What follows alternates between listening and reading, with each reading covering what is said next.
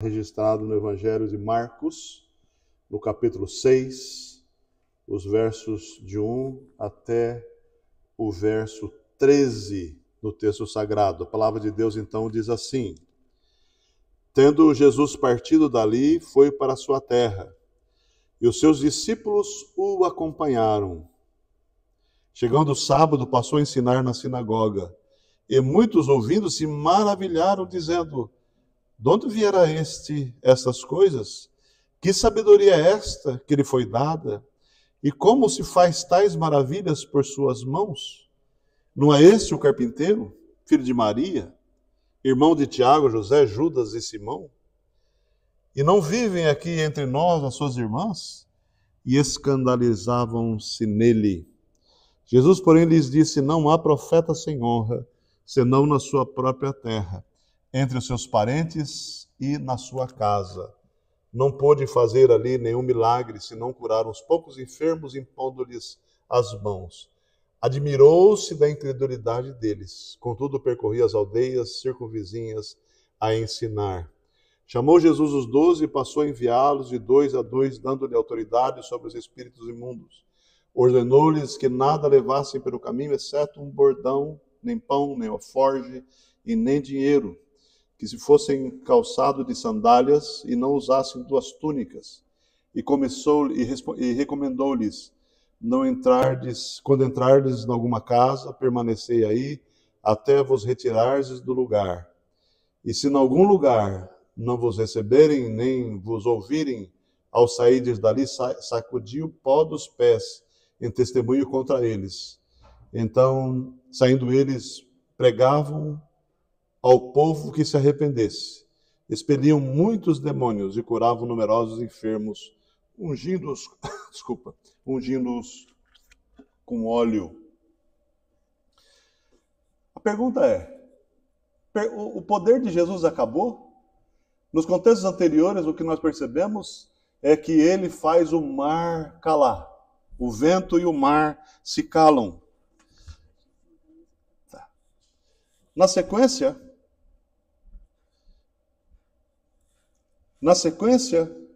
nós percebemos que ele foi chamado por Jairo. Do caminho de Jairo, encontrou aquela mulher do fluxo de sangue de 12 anos. E ela, só de tocar as vestes, lhe saiu um poder. E Jesus falou assim: de mim me saiu virtude. E aí nós vemos um Jesus que, de repente, acalma o mar, acalma a tempestade, dá palavras de comando. De repente, nós temos ele diante de uma mulher com fluxo de sangue de 12 anos, e na sequência nós temos uma menina já morta, e ele, por ser maravilhoso, conselheiro, pai da eternidade, príncipe da paz, com todos os atributos divinos que ele tinha, de repente chega nessa cidade e parece que o poder se esfui. Mas nós vamos trabalhar com vocês nisso nessa manhã. Jesus é rejeitado em Nazaré, a cidade que ele cresceu. Vou falar um pouquinho sobre isso aqui daqui a pouquinho. Ele chega em Cafarnaum, cura, ressuscita a filha de Jairo. Aí depois ele vai sair de Cafarnaum e vai 24 milhas subindo para a Galileia. De Belém a Nazaré, onde ele cresceu, o que se percebe é que nunca existiu uma igreja evangélica lá, não sei no século IV, com o Constantino. E a arqueologia foi trabalhando até as pedras mais profundas de Nazaré, onde aquela região era uma região extremamente o povo vivia em cavernas. Se você for hoje em Nazaré, e se você quiser ver aonde que onde Maria falou com José, com o anjo falou com Maria, vocês vão ver que era uma caverna. E uma cidadela de mais ou menos 60 acres de terra, não é muito grande. E no máximo que existiam ali era de 500, 600 pessoas. E Jesus foi para aquela localidade por questão de segurança, para que não houvesse perseguição. Cresceu ali. Todo mundo conhecia Jesus. Todos eles sabiam quem era Jesus, e é o que nós vamos ver aqui mais à frente. Mas aí, irmãos, começam a questão das sabedorias, né? A questão das perguntas. E há, então, no texto nós percebemos um twist, não é? Que eles sabem que Jesus de Nazaré não foi nenhum college estudante, não tinha PhD, naquela tempo nem tinha, nunca foi rabino. Mas a questão é, como é que ele era daquele jeito? Como que ele sabia aquelas coisas? Quem era esse Jesus? E a ideia aqui no texto é qual credencial que ele tem para dizer o que diz, para fazer o que ele faz. A cidade inteira ficou em alvoroço com a presença de Jesus, com as maravilhas das palavras de Jesus, com a pregação de Jesus, com os milagres que alguns ainda ele fez, e eles estavam perplexos com a sabedoria de Jesus. Eles, nessa sabedoria, eles ficavam encantados com a tremenda profundidade das palavras do próprio Jesus. Mas nós temos que entender, não na perspectiva dele, mas na nossa perspectiva, nós sabemos quem ele é. Nós sabemos que ele é o Santo de Deus. Nós sabemos que ele é o Deus encarnado.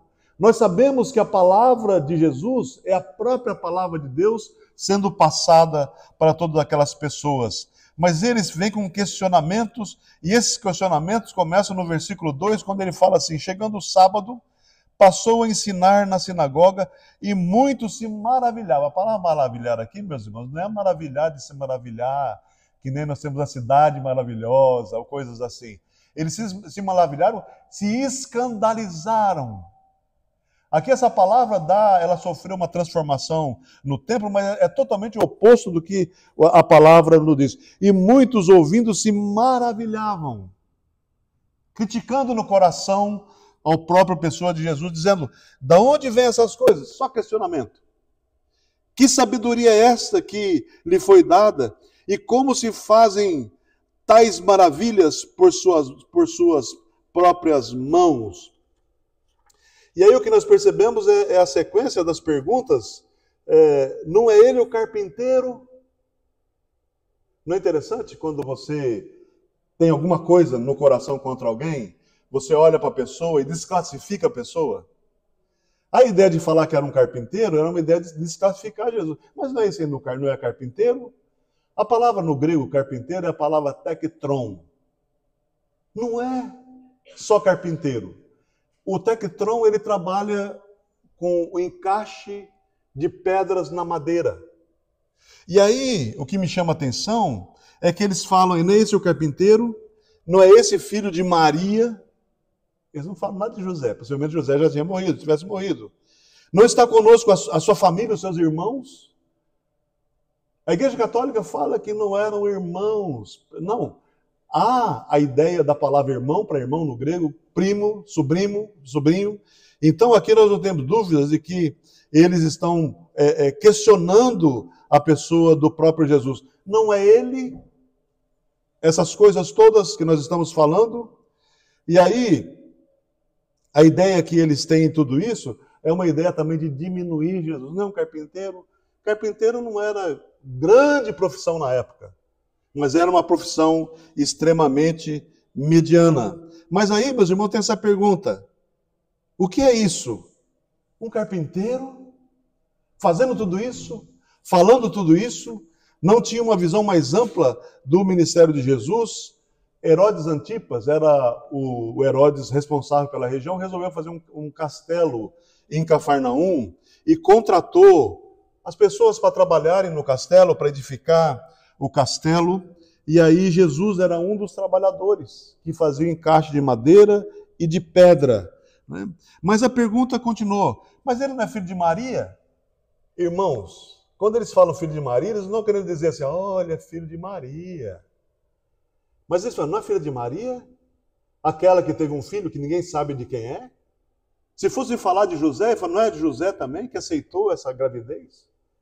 E para vocês terem uma ideia dessa rejeição que eles tinham de Jesus, eles não aceitavam a Jesus de jeito nenhum, como a família de Jesus também não aceitava. Nós vemos que Tiago foi aceitar Jesus depois da ressurreição, mas antes a própria família não o aceitava. Eu fico maravilhado com isso, meus irmãos, porque se da própria família eles não acreditavam, é porque tem a questão da humanidade de Jesus. Tão humano, tão igual, que eles não perceberam a santidade de Jesus.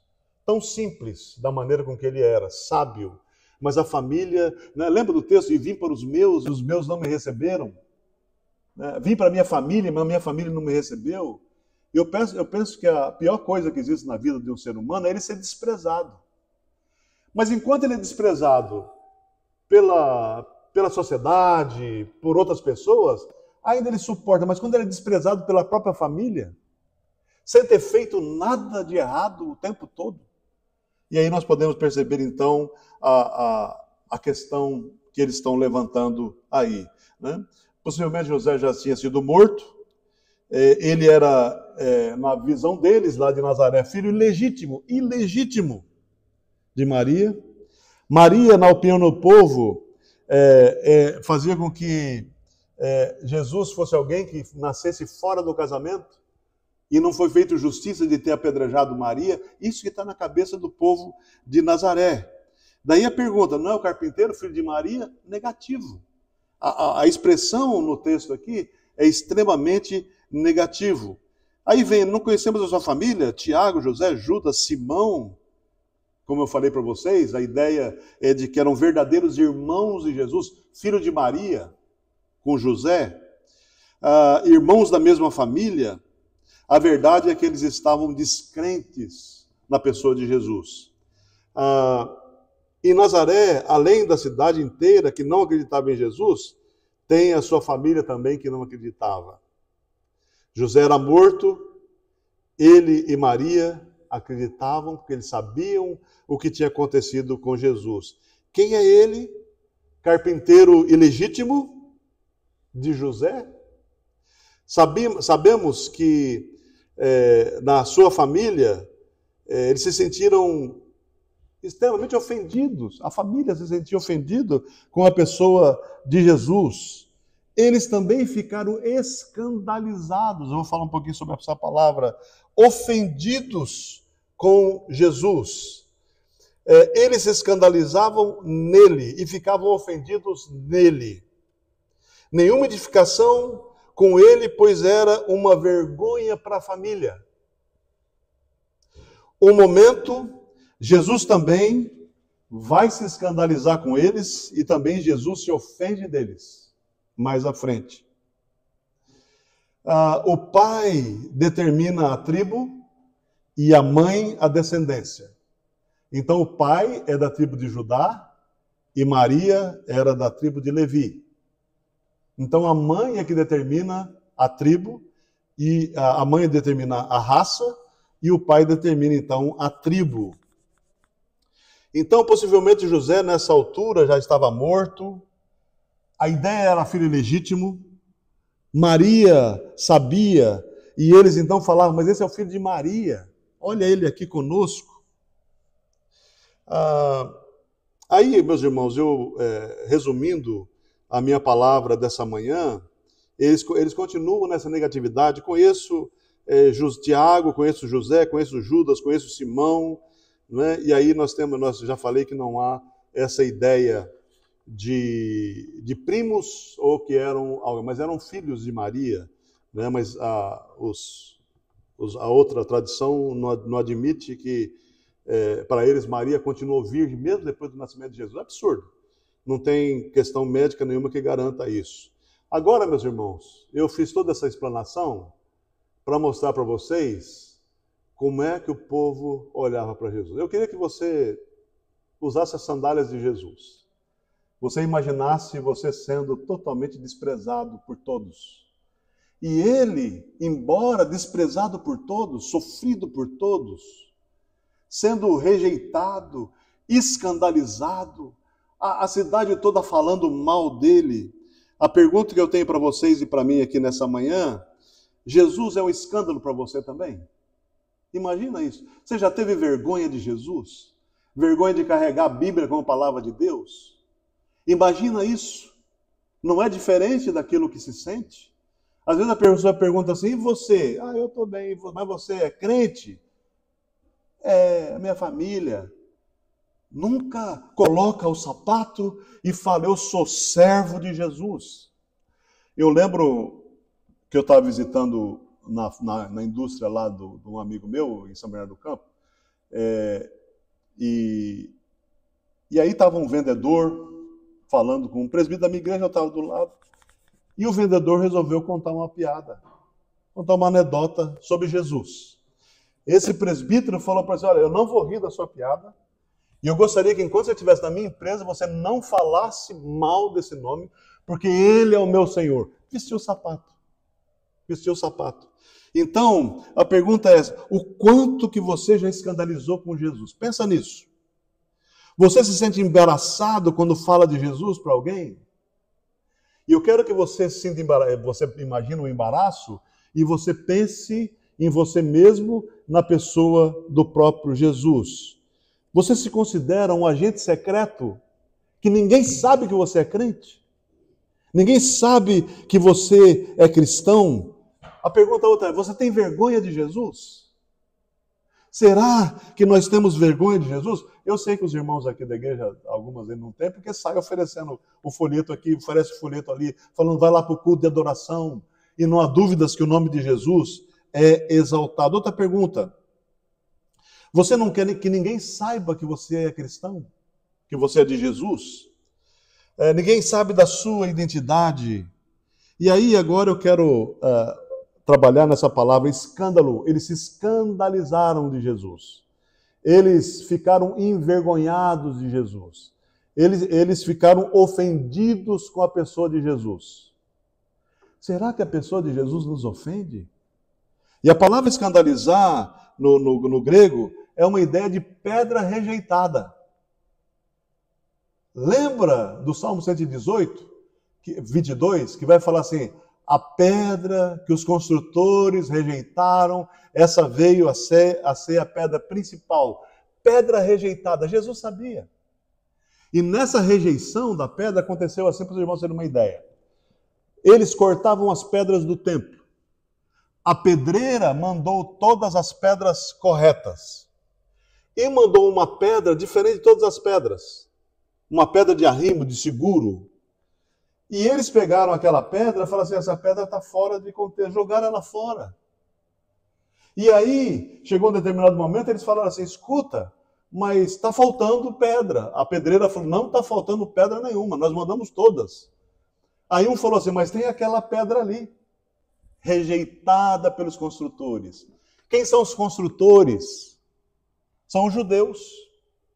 Que eles são as raízes da nossa fé cristã, mas eles rejeitaram Jesus.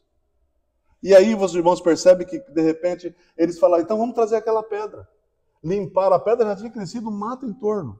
Tiraram os matos, trouxeram aquela pedra e ela encaixou perfeitamente na construção do templo de Salomão. A pedra que os construtores rejeitaram veio a ser a pedra angular, né, onde Jesus, ele é a pedra, baseado naquilo que os apóstolos e os profetas também dão testemunho dele, mas se escandalizaram em Jesus. Mas ele é a nossa pedra angular. A mesma palavra, no versículo 3, o povo de Nazaré desrespeitava a Jesus. O versículo 4, Jesus responde, não há profeta sem honra, senão na sua própria terra. E aí, entro eu, na palavra de Jesus, lá na minha igreja. Então, quando eu cheguei depois de formado, tinha sido pastor em alguma igreja, e eu cheguei lá e falei assim, mas aqui na filha da Dona Alice, Alice é minha mãe é uma santa, mas aqui na filha da Dona Alice, como é que ele prega assim? Eles nunca viram pregando. Eles viam eu sentado. Mas quando eu fui pregar, eu preguei com o coração. E o irmão Raimundo, o irmão que vão acompanhar comigo no púlpito, minha oração é que o Espírito Santo de Deus nos tome. Que o Espírito Santo de Deus use a palavra. Que o Espírito Santo de Deus trabalhe no coração. Mas cheguei lá, eles se escandalizaram comigo, entre aspas, nem tanto, conforme essa rejeição de Jesus. Eu peguei na história uma outra rejeição do Cassius Clay Muhammad Ali em Kentucky. Ele era um ninguém. As pessoas maltratavam, afrodescendente. Até que ele se tornou o grande Muhammad Ali. Aí começou Building Muhammad Ali. Aí começa as Highway, Muhammad Ali. Acharam importante, mas no começo, extremamente rejeitado por todos eles. E Jesus vai dizer no versículo 4, o profeta é sem honra na sua própria terra, na sua própria família. Um dia eu cheguei do seminário, cansado, e minha mãe falou assim, hoje eu não estou bem. Eu tomei uns remedinhos, não estou bem. Eu falei, mãe, deita ali. A senhora quer um chá? Não, ela falou, estou bem. Eu falei, mas eu quero orar. Ela falou, não precisa, meu filho. Eu falei, precisa sim. Está vendo como o profeta, a pessoa, né? Mas é meu filho. Eu falei, não, mas eu vou orar pela senhora. Mas não precisa, precisa. E eu vou orar com a senhora. Peguei na mão da minha mãe, peguei na cabeça dela, segurei aqui com força e orei em nome de Jesus, repreendendo febre, mal-estar. Acabei a oração, ela falou, meu filho, eu estou me sentindo bem? É claro, mãe. Nós oramos em nome de Jesus. Mas o profeta, às vezes, ele não é aceito na própria família e na própria nação, né? Os versículos 5 e 6 do nosso texto vai dizer assim, e não pôde fazer ali muitos milagres, mas os poderes demonstrados anteriormente mostram que Jesus ele era poderoso para o mar, para a ressurreição, para todas as outras coisas que ele podia fazer, mas ali em Nazaré, onde Jesus cresceu, o Espírito Santo não era viável. O Espírito Santo fechou a sua mão e a sua bênção. Ali não ia acontecer nada pela dureza do coração deles e porque eles se escandalizaram com Jesus. E aí, no mesmo final do versículo 6, nós vemos que Jesus se admirou da incredulidade deles, pela dureza do coração deles, pela falta de fé deles e pela incredulidade dele, mas na incredulidade deles o que Deus rejeitou foi a hostilidade. Aqueles que não têm Jesus são hostis a Jesus, suportam falar de Jesus, mas são hostis por Jesus. E a questão então é, por que eles não acreditavam? Por que não acreditavam na pessoa de Cristo? Por que eles acusavam a Jesus de ser simplesmente um carpinteiro? Não acreditavam em Jesus da mesma maneira que nossos filhos e netos e todos mais não acreditam. Se acreditassem em Jesus, não perderiam um culto nem nessa igreja nem em outra. A pessoa fala assim, pastor, eu estou mudando e estou indo. Eu falei, irmão, que igreja você está indo? Não, eu lá não tenho. Eu falei, mas arruma uma igreja. A pessoa fica dando desculpas porque elas fogem, na verdade, da ideia do verdadeiro Deus. Não acreditam porque o Espírito Santo não trabalhou no coração de maneira a fazer uma regeneração. O Espírito Santo é que abre os olhos do pecador. Ninguém vem ao Pai senão por mim, disse Jesus. Porque os que não creram em Jesus acham de Jesus uma pedra de tropeço.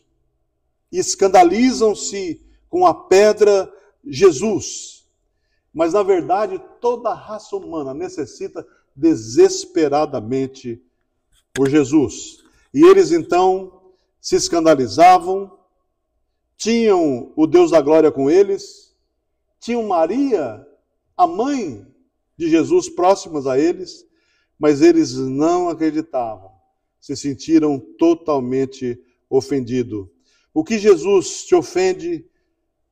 O que Jesus pesa na sua vida? É minha palavra nessa manhã. No que você sente atrapalhado? Eu queria que você curvasse as cabeças e fechasse os olhos e pensassem naquilo que nós mais necessitamos. É aquilo que nós mais rejeitamos.